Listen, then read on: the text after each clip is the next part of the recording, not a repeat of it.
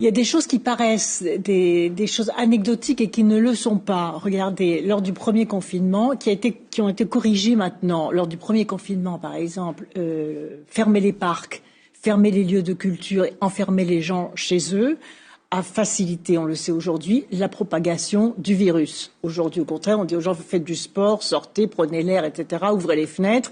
C'est absolument le contraire de ce qui a été fait lors du premier confinement. Donc, il est évident que, par exemple, sur cet état de choses qui paraît, je le répète, secondaire et qui ne l'est absolument pas, le virus aurait été beaucoup moins virulent qu'aujourd'hui. Deuxièmement, je pense que ce qui a été la grosse erreur, c'est d'avoir fermé tous les lieux de convivialité. Parce que vous savez, l'être humain, c'est pas seulement manger. Vous mettez les restaurants dedans ? Bien sûr. L'être humain. Il faut rouvrir les restaurants.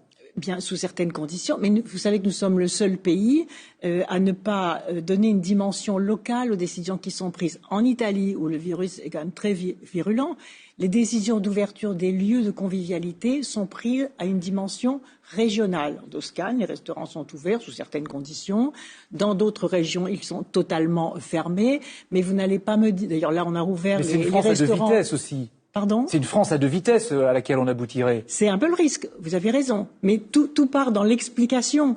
Vous voyez, tout part dans la prise de responsabilité et dans l'explication. Mais on ne va pas durcir les conditions pour tout le monde si dans certaines régions le virus ne circule pas et si dans certaines communes défavorisées, les communes périphériques, les petites communes rurales, où il y a un café, un restaurant, tout a été fermé, c'est considéré, et là aussi, Boris Cyrulnik le dit parfaitement bien, l'être humain n'est pas seulement qu'un tube digestif. Hein. L'être humain, non mais les biens...